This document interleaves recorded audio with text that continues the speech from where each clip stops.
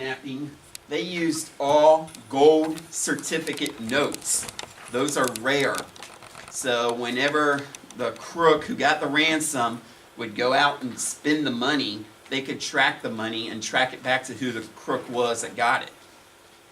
Eventually they led with their investigation the gold certificate notes and the wood made out of the ladder led to this guy, Richard Humptmann. He was a German immigrant, and a lot of people kind of argue, even still to this day, that he was actually set up and framed because still anti-German feelings from World War I lasting. But it was determined that the wood used to make the ladder to get to the baby actually came out of the wood in his floorboards in his house. And then he was the one caught with all the gold certificate notes. So he was arrested and charged for the crime. The evidence was overwhelming. He was convicted of murdering the baby.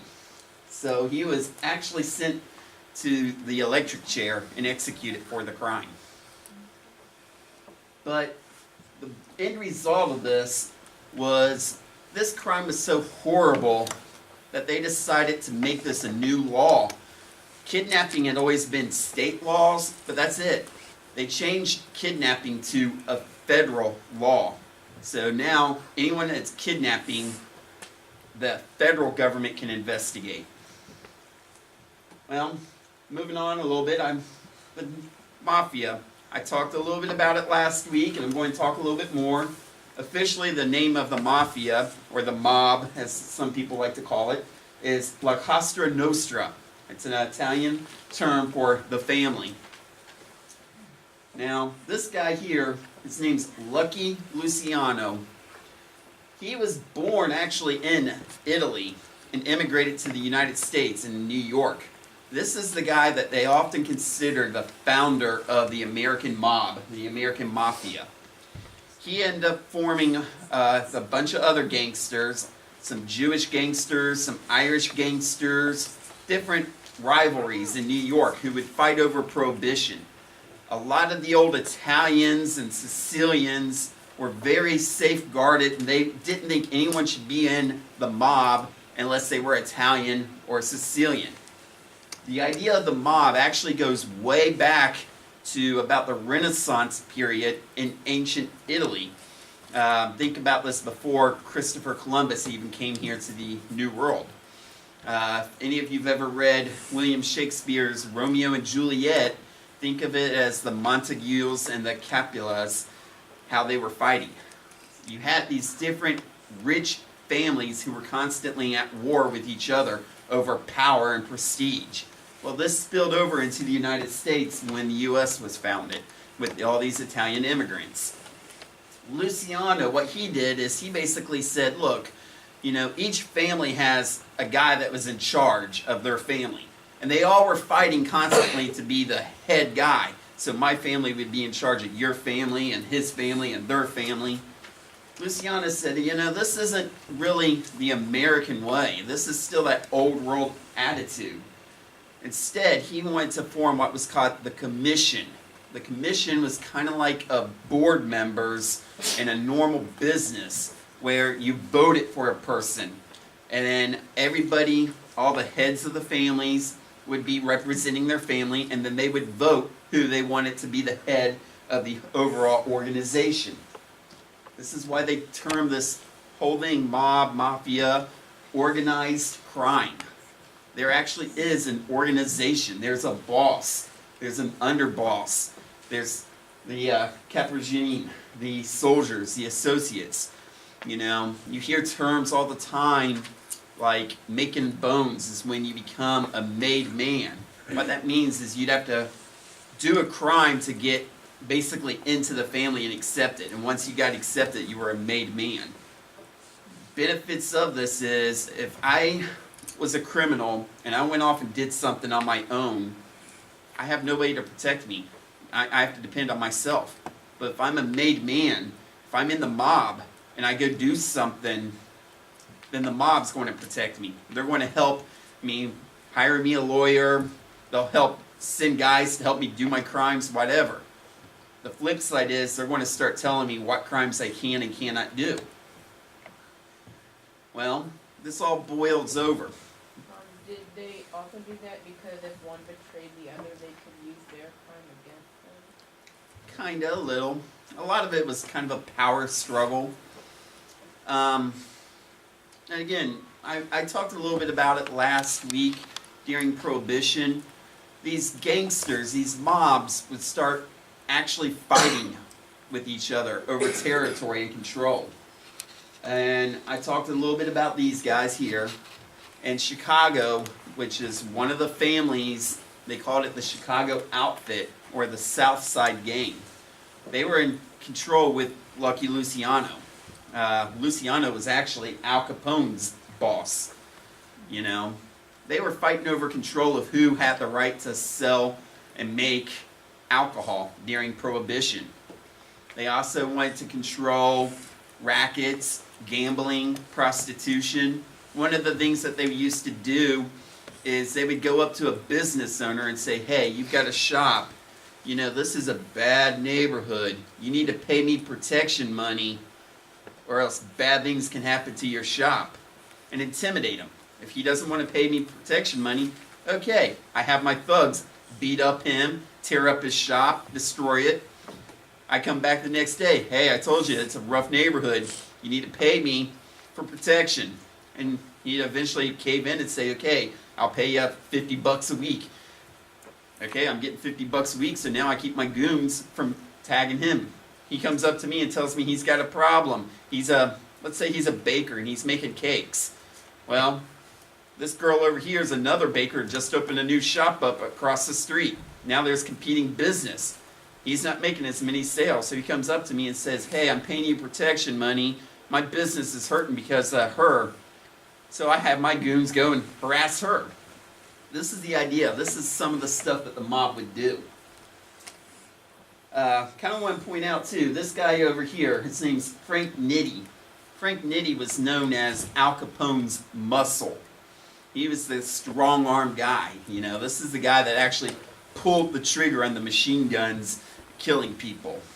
If any of you guys have ever seen the movie The Untouchables, which is about the downfall of Al Capone, Frank Nitti is one of the villains in the movie, and he's the guy that actually shoots and kills Sean Connery's character. And at the end of the movie, Kevin Costner, who plays Elliot Ness, throws them off the courthouse, off the roof.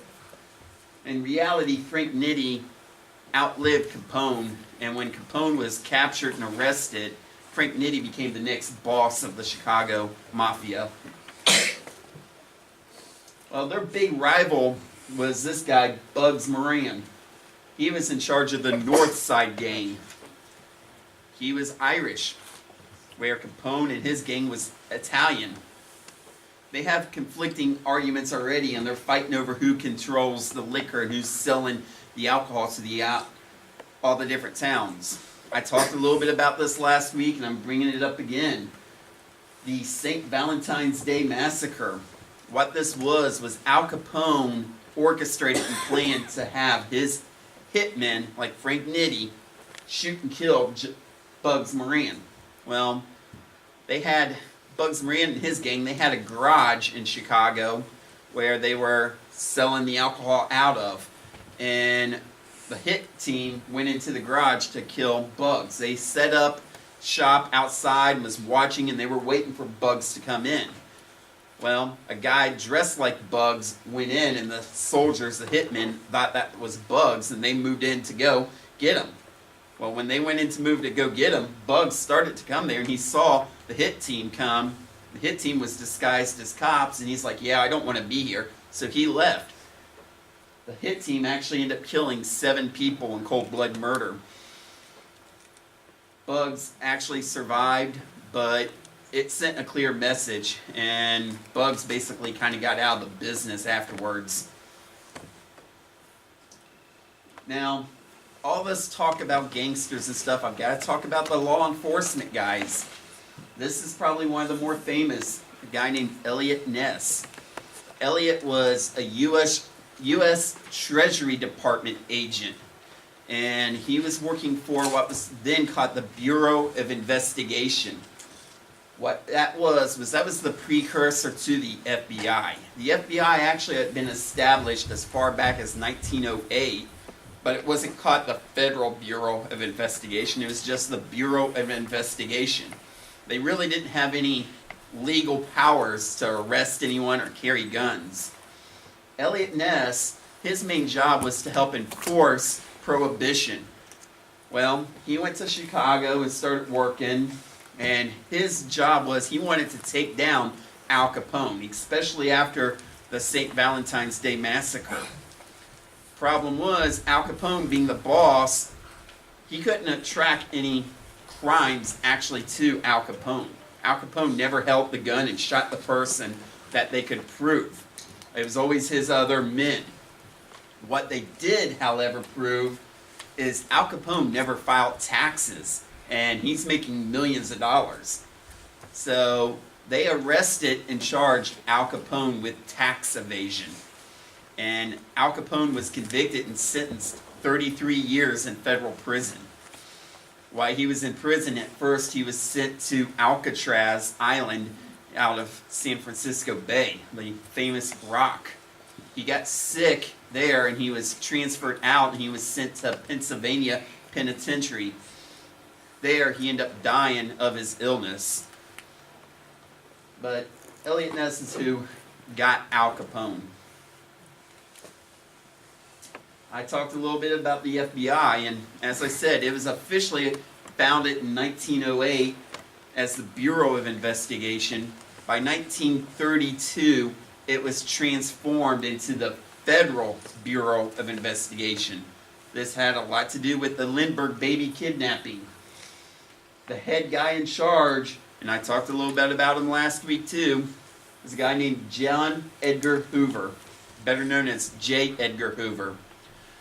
Now, he actually filled the FBI with a bunch of bureaucrats, a bunch of politicians, lawyers. These guys had no experience with law enforcement.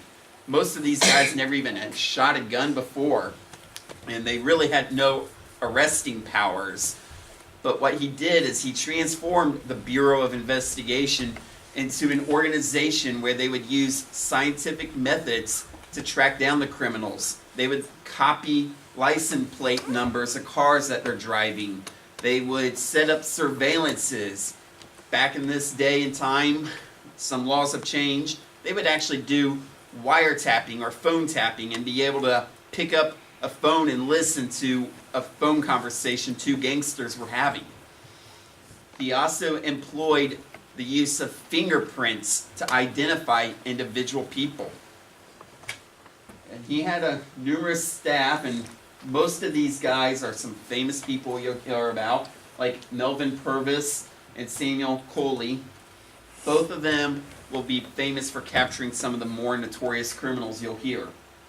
The sad thing is, some of these agents, by the end of 1934, will have been killed in the line of duty trying to capture or apprehend or kill some of these more famous crooks. Now, to really start this off, I've kind of got to explain, I've been talking a little bit about the mob and the mafia. Now, you hear the term gangsters, and almost everybody always associates the word gangsters with the mob or the mafia. But a gangster, what that is really a group of criminals who kind of bond together. And a lot of these famous criminals and gangsters were not really associated with the mob. They did have a little interconnecting ties with each other here and there, and then maybe one or two of them had a connection with the mob, but they weren't part of the mob. But what these guys really were robbers. Mostly bank robbers, and then later murderers. Everybody likes to idolize this time and period, and I don't know why here in American history, but we love the outlaw for whatever reason. This goes all the way back to the Wild West days. Remember me talking about Billy the Kid and Jesse James? Well, these were the Billy the Kids and the Jesse James of the time. They called it the Dirty 30s. This was probably one of the first and biggest gangs, the Barker Karpis gang. Now the Barker Karpis gang was formed by Fred Barker over here at the end and Alvin Karpis. The two of them had met each other while serving time in jail. And they decided, hey, let's team up. When they got out of jail, they started pulling off some bank robberies. And Fred Barker actually decided, you know, we need more help. I've got this brother, Arthur, so I want to bring him in. Well, Arthur jumped in. So then it was the Barker boys and Karpis. Then they felt like there's a lot of controversy of how much activity she really was involved. But this lady here, Kate Maul Barker, that's the mom of Arthur and Fred Barker. They kind of said that she was the mastermind of the whole gang. She kind of planned the heist, told them when to go, all this. Just like the FBI was using scientific technologies to apprehend these guys, the gangsters of this era started using some science and technology of their own to stay one step ahead of the law. One of the new inventions that they used was cars. In particular, a lot of these gangsters favored the Ford V8 motor vehicles. It was a larger motor, more powerful. And a lot of these guys were famously known for getting away in their cars by driving extremely fast. The laws at the time, if I went and robbed a bank here in Germantown, I told you this last week, I could drive off into Franklin or Middletown. Germantown law couldn't follow me because I left Germantown. Well, if I have a fast car, I can get over to Franklin or Middletown or Miamisburg a lot quicker. And everything that these guys did is they started using new weapons. They outgunned the cops. These are some byproducts from the end of World War I. You know, and I'm going to show you real quick. This is a standard 38 caliber pistol, revolver, holds 6 rounds. This is a standard gun that most of the cops could shoot and use.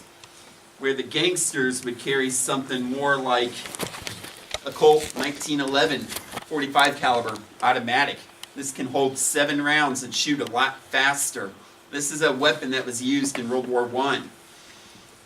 In addition to that, and this is probably one of the more famous, the Tommy gun. The Tommy gun, and this is an interesting thing, was invented by a guy named John Thompson in Newport, Kentucky, just south of Cincinnati. This was designed for World War I as a trench sweeper, a trench burn. It's a machine gun that's light and portable that they could carry and shoot the Germans in the trenches with. It actually shoots a 45 caliber pistol round like what this pistol here shot, where all the other machine guns at the time shot rifle rounds, which are more powerful and can shoot longer distances. Well, this gun was being tested at the end of World War I, and then the war suddenly ended with the armistice before these guns got out of testing. The government gave a contract to John Thompson to make these guns for the military. Well, now the war's over, so the government said, yeah, we don't need them, and reneged. Due to that, Thompson now had a ton of these guns made and built for the military that never got to them. Being a businessman, he said, well, you know, if I can't sell them to the military, I'm going to turn around and sell them to whoever can buy them. These guns at the day cost about $300 to buy. And the people who would have that money were usually the gangsters, the bank robbers. So they would buy these guns. Now all of a sudden, I'd go rob a bank where the cops are pulling out this pistol, I'm pulling this gun out. This drum magazine can hold anywhere between 50 and 100 rounds of ammunition, where that cop's only got 6 shots. So I'm definitely moving ahead. One of the other more famous weapons, this obviously a dummy gun. This is called the Browning Automatic Rifle, the BAR. This was also used at the end of World War I, and this was actually used in combat in World War I. This is another machine gun. It shot a rifle round, the 30-06, and it held 20 rounds in a box magazine. This is the kind of gun that the famous Clyde Barrow of Bonnie and Clyde, and I'll talk about him later. This is the kind of gun that he preferred. So again, the gangsters have got cars, they've got fast guns, machine guns. They're out gunning the cops, so they're getting away. The Tommy gun, you said that was $300. Is that $300 in 30 time or the equivalent of today's time? That was $300 in their time. It'd be closer to probably about $1,200 to $1,500 today. Well, one of these gangsters, and you start getting these colorful names because of these weapons and their looks and their attitudes. There's a guy named Machine Gun Kelly. Machine Gun Kelly, his real name was George Francis Barnes. His preferred weapon was the Thompson gun. He would go and rob banks, hold them up with the machine gun, the Tommy gun, and then run off. There's a lot of arguments. A lot of people say that he was actually egged on to do his crimes by his wife. She was the one that was trying to get him to go.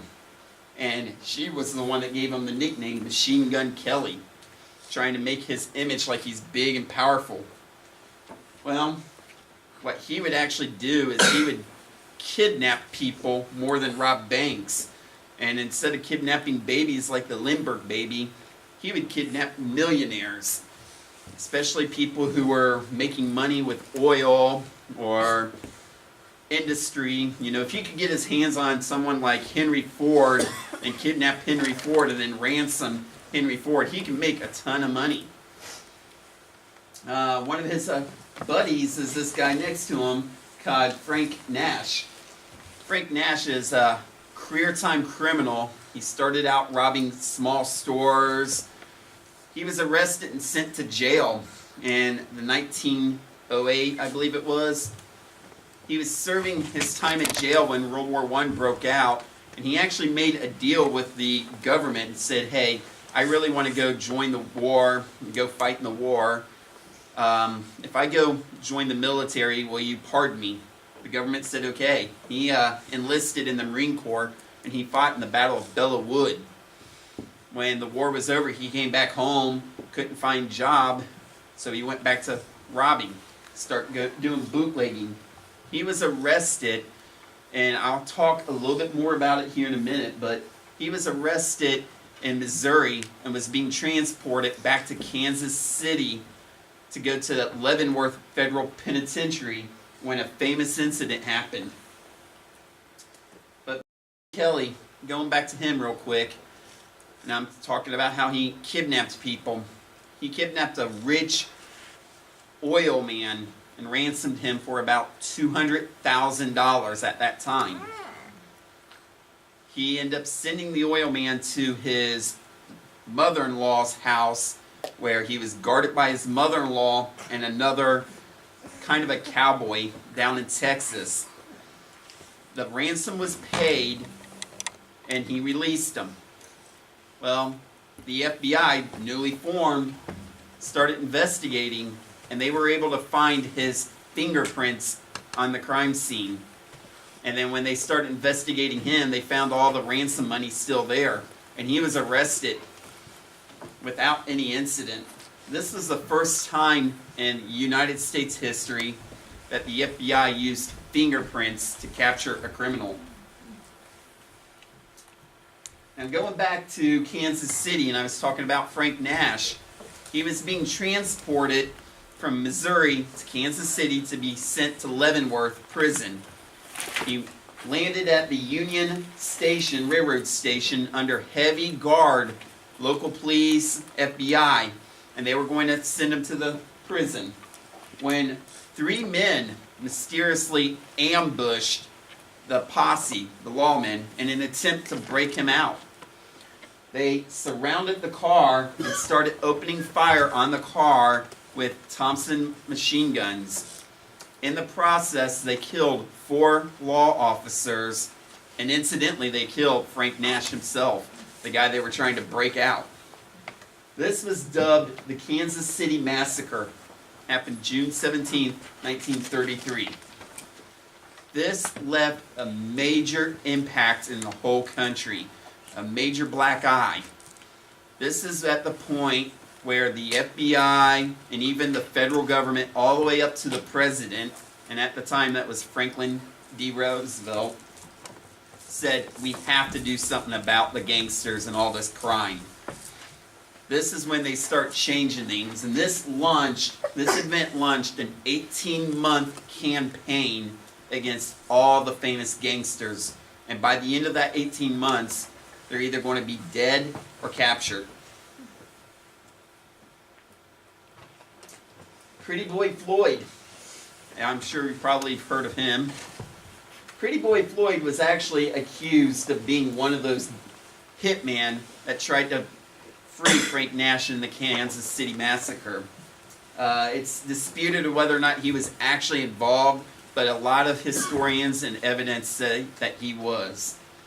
His real name was Charles Arthur Floyd, and he was given the nickname Pretty Boy because he actually tried kidnapping the mayor of Chicago's wife, and he failed. And when they talked to her and was trying to get a description from him, she said that he had a pretty boy face. He would actually become known as Public Enemy Number 1 late in 1934 after John Dillinger was killed and after Babyface Nelson, before Babyface Nelson. He would eventually be tracked down by the FBI agent Melvin Purvis and shot and killed in a cornfield outside of Liverpool, Ohio, which is just east of Cincinnati. He would die on October 22nd, 1934. Adam Richetti. He was another one of these supposed gunmen in the Kansas City Massacre that helped Floyd. The third guy was a guy they believed his name was Miller, who I'll show you his picture in a little bit. But he was accomplice with Pretty Boy Floyd, and the two of them kind of ran around together, robbing banks. Now, Babyface Nelson and his gang. His real name was Lester Gillis. Much like Pretty Boy Floyd, he was known to, or said to have had kind of a baby-looking face. Both Babyface Nelson and Pretty Boy Floyd hated those nicknames that they had. Babyface Nelson hated his even worse. And as you will see in some of the events with him, Babyface Nelson was not just a bank robber, he was a cold-blooded murderer. He was actually to the level that he was a sociopath. He didn't care who he killed or who got in his way. He had his way and he wanted to do things a certain way. He had a little bit of an affiliation with this other gang that was part of the mafia called the Tula Gang. Had small connections with Al Capone and the South Side Gang in Chicago. He at one point in time partnered up with John Dillinger and formed a little bit of a John Dillinger Nelson gang. He was involved with Dillinger in what was called the Bohemia Lodge shootout, and I'll talk a little bit more about that when I get to it. But he escaped the Bohemian Lodge shootout and went off on his own. Shortly after, John Dillinger was the first criminal to be dubbed Public Enemy Number 1. After Dillinger's death, Pretty Boy Floyd became Public Enemy Number 1. After Floyd's death, Babyface Nelson became the next Public Enemy Number 1. He was shot and killed in a gun battle called the Battle of Barrington on November 27th, 1934. He was the last of the main gangsters to die. The Battle of Barrington was in a small suburb of Chicago, and it was a street battle in which he got in a shootout with FBI agents and killed a couple FBI agents before he himself was gunned down. A couple people that was known to have ran around with Babyface Nelson was Helen Gillis. This was his wife, and kind of like Machine Gun Kelly, his wife kind of helped interpret or push him to go do some of these crimes. She was later arrested and charged with aiding and abetting Babyface Nelson. John Paul Chase and Fatso Negree, his real name was Joseph Negree, were two other accomplices. These guys were all cold-blooded killers. They would go and rob a bank, and the bank robbery would usually go bad. Cops would surround the bank, and then when they'd come out guns blazing. John Dillinger. Now, John Dillinger is probably one of the most, if not the most famous criminal of the era. He was born in Indiana. He actually enlisted in the U.S. Navy for World War I, but he was dishonorably discharged. They said he was not basically a conformist. He didn't want to abide by the rules and laws. He kind of was misbehaving constantly. His first bank robbery was in New Carlisle, Ohio, just north of Dayton. He then started robbing other banks and grocery stores all throughout Ohio and Indiana. And then eventually he went to Dayton, Ohio, and was visiting his girlfriend that he had at the time in Dayton when he was first arrested.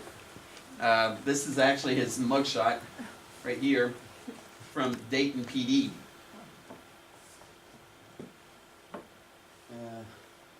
Yeah, there we go. As I said, he was the #1 public enemy. Now, interesting thing about Dillinger, he was solely a bank robber. And at the time with the Depression, people were looking at the banks as kind of the bad guys because people who had money in the banks, they lost everything. Banks were constantly foreclosing on homes. Dillinger, when he'd go rob a bank, he was reported to have gone in at gunpoint, tell the clerk, give me all your money. If there was a customer in line with their money, they would hand the money to John Dillinger thinking, he's robbing us all. Dillinger would take that money and give it back to the customer and say, no, I don't want your money. I'm only here for the bank's money. So he was kind of looked at the time as a modern day Robin Hood. Again, he really didn't kill anyone until a little later. He got in one shootout with Babyface Nelson after a robbery in which a cop shot him. He was wearing a bulletproof vest and it hit him in the bulletproof vest. He turned around and shot back at the cop. Reports from the eyewitnesses said that he was trying to aim for the cop's legs, but the bullet actually hit the cop center in the heart and went right through the cop's heart and killing him instantly. This is the only person Dillinger was ever known to have killed. And they say the people who were closest to him said that he felt absolutely regret and remorse about this. Now, these are a couple more famous people that ran around with Dillinger. And Dillinger, to build his gang, he actually was able to smuggle in weapons into a prison and help all these guys in the prison escape. I don't know if any of you have ever seen the movie Public Enemies with Johnny Depp, but that movie is actually pretty close and accurate to what happened. They have some things out of order, but for the most part, that tells the story. Some of these people, like John Red Hamilton and Charles Mackley, these guys, and Harry Pierpont, these guys were the more notorious killers. There was one incident that they went and did a bank robbery, and when they got done, they were leaving, cops start shooting. Pierpont was said to have shot and killed one of the cops right there in front of Dillinger. And Dillinger was so upset about this that he actually kind of yelled and scolded Pierpont and said, why did you do that? You didn't need to do that. You're causing more trouble for us. All we want is to go in the bank, get the money, and get out. They started changing their tactics because of this. So what they would start doing when they'd rob a bank, After getting the money, they would take hostages, usually the bank president and a couple of the other customers of the bank, and use them as human shields from the cops, so that when they would leave the bank and the cops would be outside, the cops wouldn't be able to shoot at them because they might hit an innocent civilian. They would load them up on the cars and race out of town. Once they'd get out of town, they'd let the hostages go free and sometimes even give them money to find a way back into town. And they would treat them really good. They would joke, laugh, sing songs with the hostages.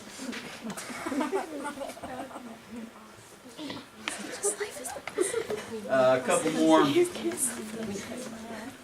more of his associates and criminals. Now, this is where it really gets interesting. He actually met this lady, Billie Frechette, her real name Evelyn. She became his girlfriend, and he was said to have been head over heels in love with her, and she loved him. He actually almost quit robbing banks just to be with her. Well, when money started getting low, he had to take up the job and start robbing banks again. Now, what would happen with him and her, he would spend money on her, buy her fur coats, jewelry, all that. Eventually, what would happen, she was never officially part of the gang.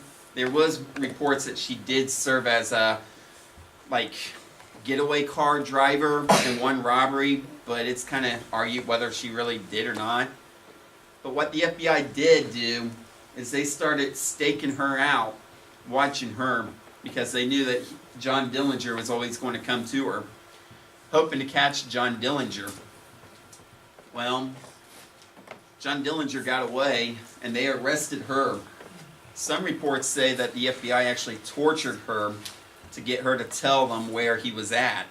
And she basically said, you know, he was with me just before you caught me, and you let him get away because you're too stupid to really look. You know? She was charged with aiding and abetting John Dillinger for helping hide him out, and sentenced to 10 years in prison. She only served 2 years. She was in prison when John Dillinger was eventually shot and killed. Now, some of the more famous stories about Dillinger.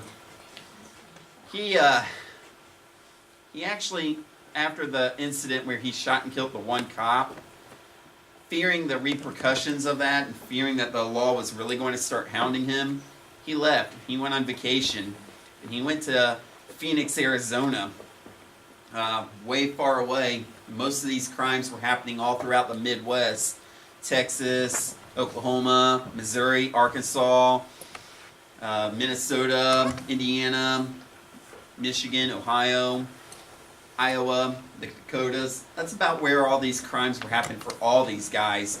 So he's getting away, and he went to Arizona.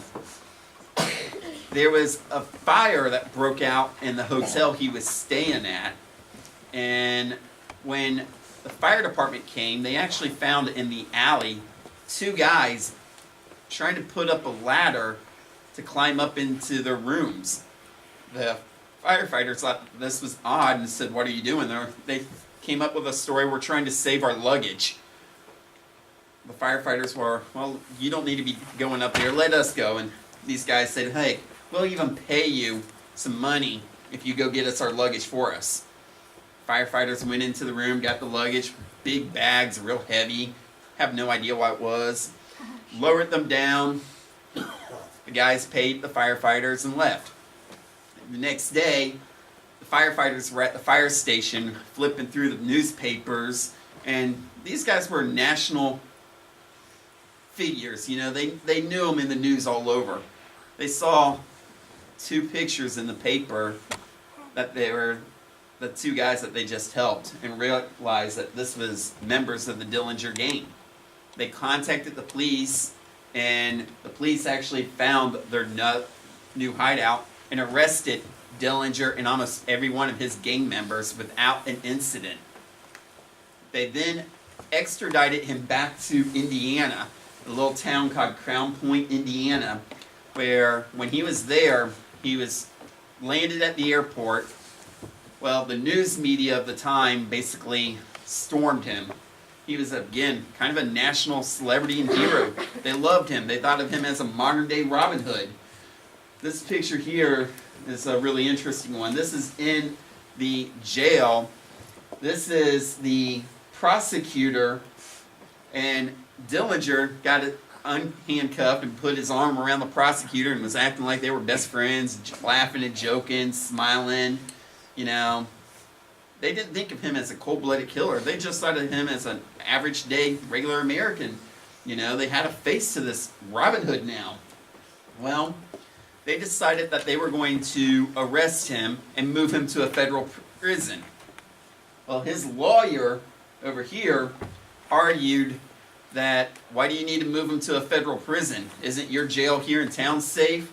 The local sheriff kind of feeling a little threatened, and this sheriff happened to be a woman, and at the time, that was a real odd thing. Women didn't hold positions in law enforcement. She's like, my jail's the safest jail in the whole state of Indiana. You can put Dillinger in there, and it's unbreakable. He will never get out. So they locked Dillinger up in the Crown Point jail. While he was in the jail, and this is one of the more famous stories, he actually got a hold of some wood and some shoe polish, and he whittled himself a little pistol made of wood. Just a little model gun, and then painted it with the shoe polish, hid it. A janitor had to come in every day to clean the jail cells out. While the janitor went in, he pulled this little wooden gun out, stuck it in the back of the janitor and said, I've got a gun. Get the guard. Guard came. He got the guard. Threw the guard in the prison cell. Got the next guard. Threw all the guards in the jail in the prison cell and got all of his buddies out. Went to the armory, robbed the armory, actually got real weapons, and then basically walked right out into the garage next to the jail and got in the sheriff's car and stole the sheriff's car and drove out of town. Just nice and dandy. Not a shot incident. Nothing. Did this under the most police guards in the town and the Indiana State National Guard guarding the prison. And he just walked right out with no one even noticing.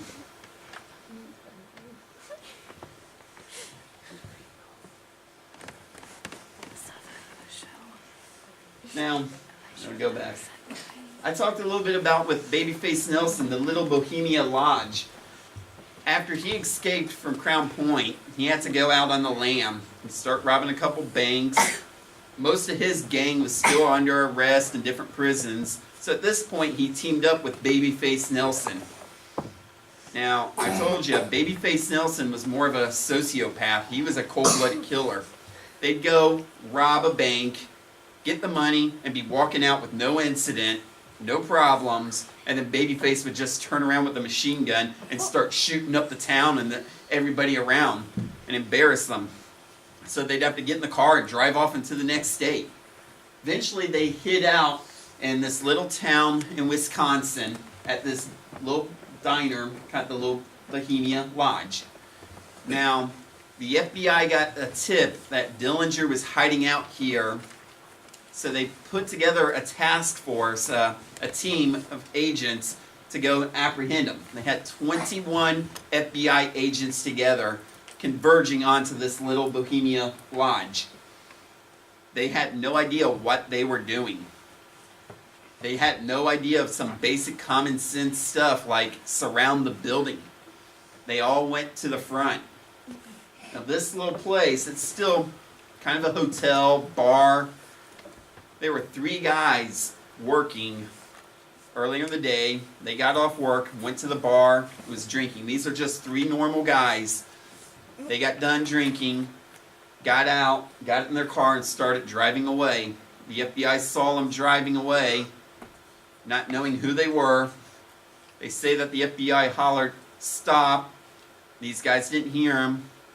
The FBI opened fire with Tommy machine guns on these 3 guys, killing one of them and wounding the other 2. Well, this sudden eruption of gunfire not on Dillinger or Nelson or any of the gang members, alerted the gang.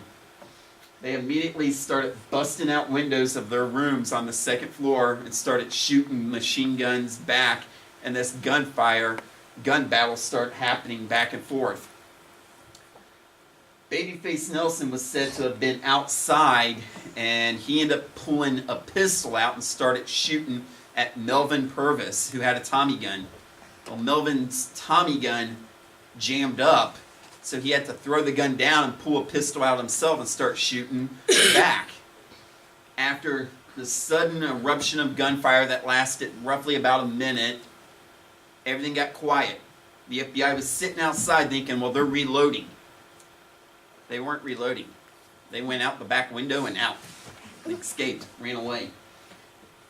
The FBI didn't set up anybody outside off the roads or anything further away from the building to stop anyone leaving. They got away. This was a major embarrassment to the FBI because of how they basically fumbled this attempted capture. It really enraged J. Edgar Hoover that he launched a shoot-on-sight order for Dillinger. He no longer wanted to capture, he wanted him dead. Well, the chance happened in Chicago. Dillinger went to go visit another one of his girlfriends, a woman named Anna Sage. Anna Sage was an immigrant living in the country illegally. The FBI knew that she was a companion, accomplice with Dillinger, and they arrested her. They kind of forced her and said, look, you either turn over Dillinger to us or we're going to have you exported out of the country. She eventually agreed. She told them one night when Dillinger was there that they planned to go see a movie. She said that he would be with her and another woman, and the way that they could spot him is she would wear a red dress. So this came the famous Lady in Red. They went to the Biograph Theater in Chicago to see a movie. When the movie was over, they walked out. The FBI had set up surveillance around the theater, was watching. They waited till they saw Anna Sage in her red dress come out. When they saw her, they made the signal for officers to go and try and capture Dillinger. Dillinger took off running. Some people say he was trying to reach for a pistol in his coat pocket. Others say that he just was running. Nonetheless, 2 FBI agents pulled their guns out and opened fire. A total of 6 shots were fired, with 4 of them hitting Dillinger. The fatal shot hit him in the back of the head and went out through his face, right under his eye, killing him instantly. After John Dillinger was dead or killed, this was kind of a publicity thing. Everybody wanted to see Dillinger's body. So they actually would embalm him and set him out on display at the funeral parlor for several weeks, while thousands of people would come to visit his body and look at his body and say their respects. This kind of became a trend that you'll start seeing with other villains.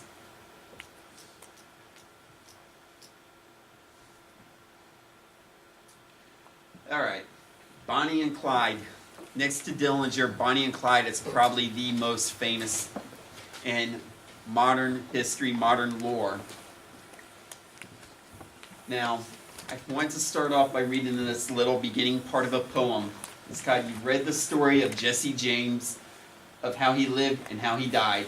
If you're still in need of something to read, here's the story of Bonnie and Clyde. Clyde Barrow was from Texas. His real name was Clyde Chestnut Barrow. Some people said that he would go by Clyde Champion Barrow. And he was basically a little bit of a two-bit thug. He started out his career as a robber by stealing chickens so that him and his family can live. Eventually he would start stealing them so he could fight chickens and make money by gambling on chicken fights.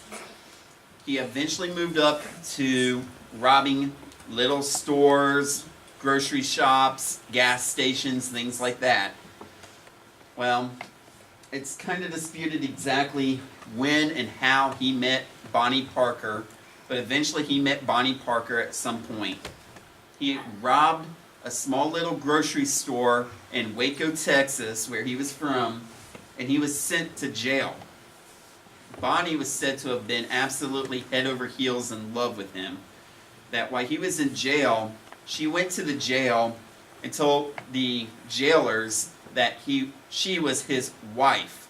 They were newlyweds. They'd just gotten married, and he was arrested the day after they got married, and she really wanted to see him before he'd go off to prison. Well, it wasn't really the practice to let her or anybody see a prisoner, but the jailer felt guilty about this, so they said, okay. He let Bonnie in the jail to see Clyde, and Bonnie was said to have smuggled him a little .38 caliber pistol, kind of like the one I showed you over here. About a day later, after Bonnie had left, Clyde used that pistol to break out of jail. He ended up escaping out of Texas, trying to run away. And remember, at the time, they couldn't follow you if you left town, and especially if you left state. So he started leaving town and leaving states. He ended up butting up with two other robbers. Well, these two robbers and him end up coming all the way over here to Middletown, Ohio. Now, why in Middletown? They robbed Baltimore and Ohio Railroad Station ticket office and sold $60.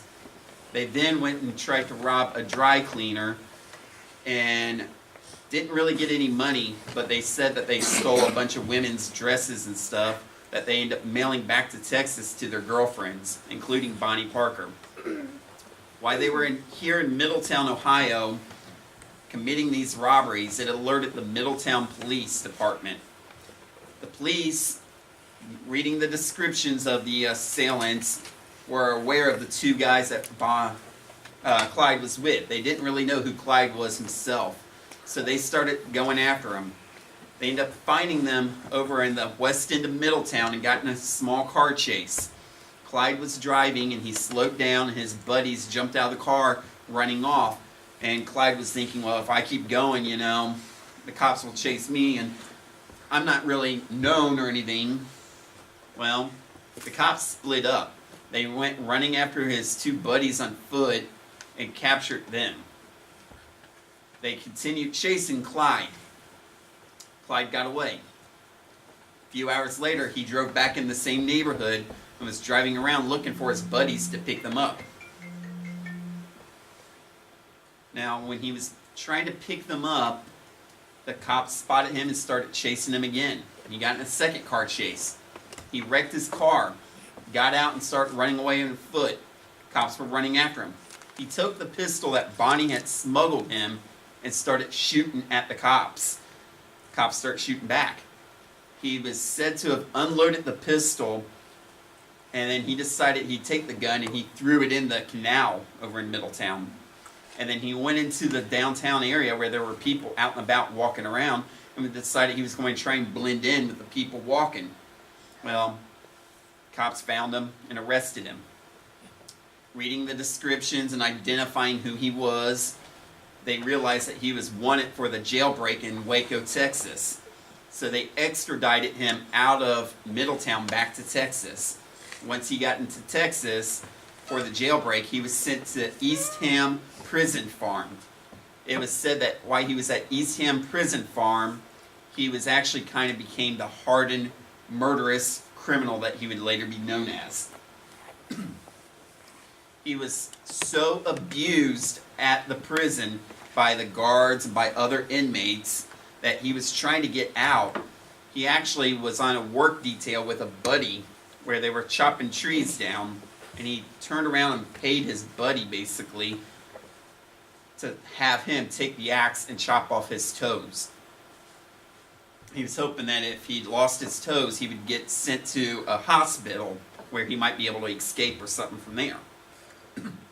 Well, he didn't know this, but at the same time, his mom and Bonnie Parker were writing letters to the governor of Texas to have him basically pardoned because his crimes were just minor.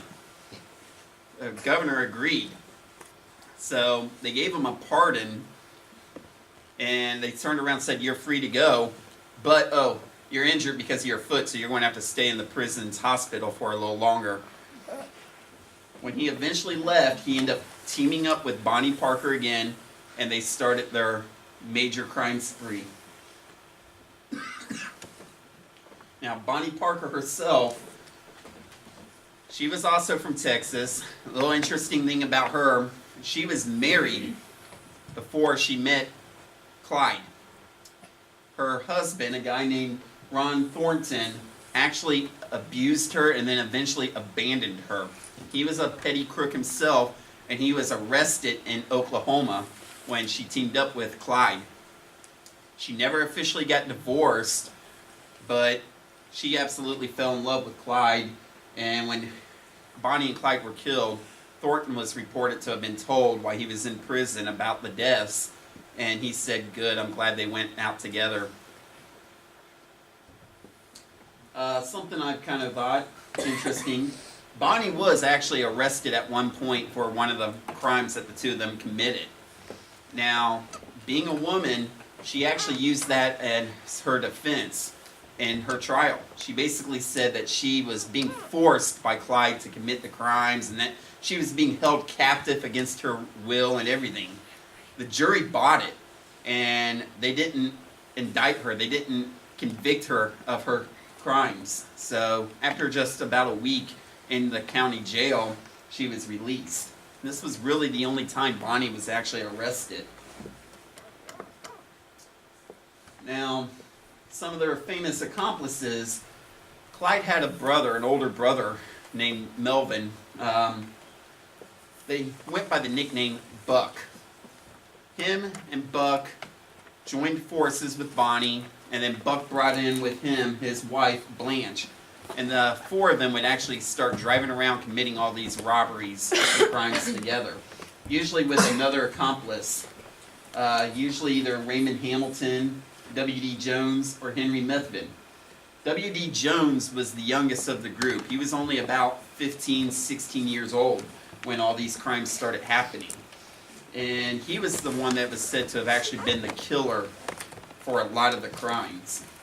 Henry Methvin would be the later one who would kill. Henry Methvin, his father would actually be the one who would betray Bonnie and Clyde in a deal saying, you know, "I'll turn Bonnie and Clyde over if you will give my son a pardon." Now, their first major run-in with the law was at Joplin, Missouri on April 33rd, April of 1933. They were hiding out in this little apartment, and they were kind of loud and rambunctious, drinking, playing cards, coming all hours of the night. Clyde was actually cleaning his rifle, one of these BARs, when the rifle accidentally was shot off in the apartment. And this attracted the police. The police came and tried to surround them, and they had to get in a big shootout with the cops to get away. Well, after their shootout, Clyde killed one of the cops in the shootout to get away.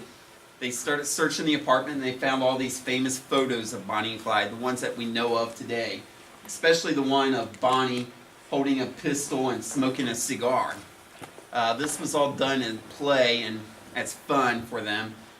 Bonnie actually hated that photo, and when she took a hostage later, the hostage, when they let her go, he said, "What do you want me to tell the press?" And then Bonnie said, "Tell them I don't smoke damn cigars." After Joplin, they had another run-in with the law shortly after in July of 1933 at Platte City, Missouri. They were in this little apartment with garage. There were two buildings, one here, and you can't see it, but the other one would be over on the other side, and a garage in between. It was the five of them, W.D. Jones, Buck Barrow, Blanche Barrow, and Bonnie and Clyde. They end up identifying them because Bonnie got injured. Bonnie was in a car wreck just a few weeks before, and her leg got injured, burnt real bad. So they had to go into town and buy bandages, and they started looking for who was buying these bandages. They ended up tracking them down here and got into a massive gunfight. While they were in the gunfight, Buck actually got wounded severely and Clyde got shot in the shoulder. They left, and about 3 days later they were captured at Dexter Park, Iowa. Again, they were hiding out at an amusement park there, and people who were going by saw these bloody bandages laying around. They called the law enforcement. The law realized it was Bonnie and Clyde and the gang, and they formed a big group to go after them. They got in another shootout. This time, Buck got shot in the back of the head, blowing off a huge chunk of his skull. Glass was shattered in the windows and got into Blanche's eyes, causing her to go blind. Blanche was captured with Buck, who would die 5 days later in the hospital of his wounds. But Bonnie and Clyde and W.D. Jones would get away. This would also incite basically the Texan government to start a massive manhunt. It was reported that Clyde launched an attack on Eastham Prison because of his experiences there, wanting revenge and busting out his buddies. He in particular got Mevin,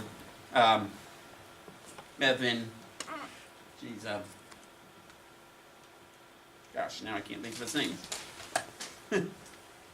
Mevin out. But anyways, while they were on the land, this is when they had some more famous incidences. Melvin and Clyde would get in shootouts with other cops, and there was an incident in Texas where two highway patrolmen on motorcycles saw their car parked off on the side of the road. They went to go investigate, and Clyde and Melvin opened fire and shot and killed these people. It was said that Bonnie actually went over to the one dying officer to kind of help him out before he died. But one witness actually said instead she walked over with a pistol and shot him in the head, killing him right away. And then she laughed and joked, saying, "Did you see how his head bounced around like a rubber ball?" This started turning public attention against Bonnie and Clyde, and they started going on a major manhunt with the intentions to kill them instead of capturing. And a posse was formed based off of two Texas Rangers. The lead guy was Frank Hamer, accompanied by Manny Galt. They were also accompanied by two Texas deputies. One, Ted Hinton on the right here, actually knew Bonnie Parker as a friend from their childhood, so he was able to identify them. The other guy, Bob Alcorn, kind of knew of her from being in town. They ended up tracking them into Babenville Parish, Louisiana, where the jurisdiction was the Sheriff Jones, and his deputy, Oakley. Oakley was the one who was said to have shot first when they end up ambushing Bonnie and Clyde, and they spotted them. They set up a trap outside of a town, and they knew that Bonnie and Clyde would be coming.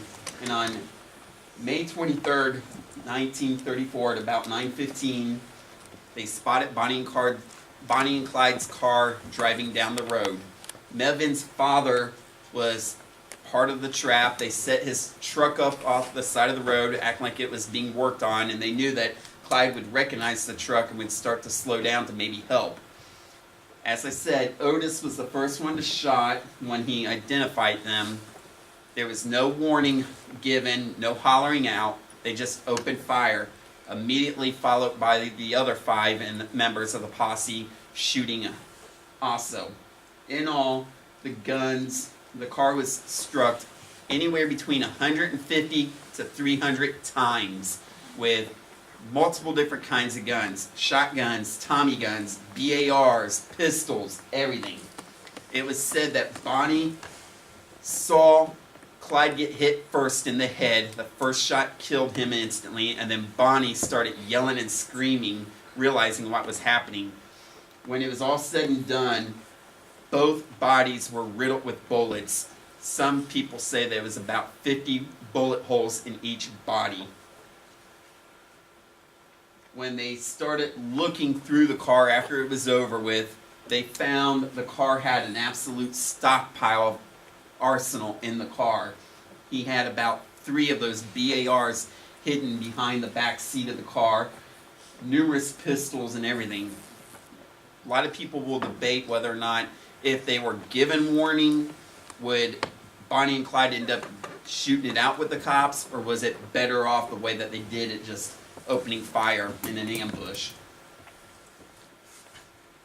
And I'm going to finish up here with this last bit of that poem I started to read to you guys. The last line of the poem says, "Someday they'll go to get down together, and they'll bury them side by side. To few it'll be grief, to the law a relief, but it's death for Bonnie and Clyde." The author of that poem was Bonnie Parker herself. This was done months before Bonnie and Clyde were killed. Some people wonder if Bonnie didn't kind of have a premonition and knew that they were going to be killed together. But I know I'm kind of running over and everything, so I'm going to wrap it up here. And I invite you guys to come up and look, if you want, at the layout on the table.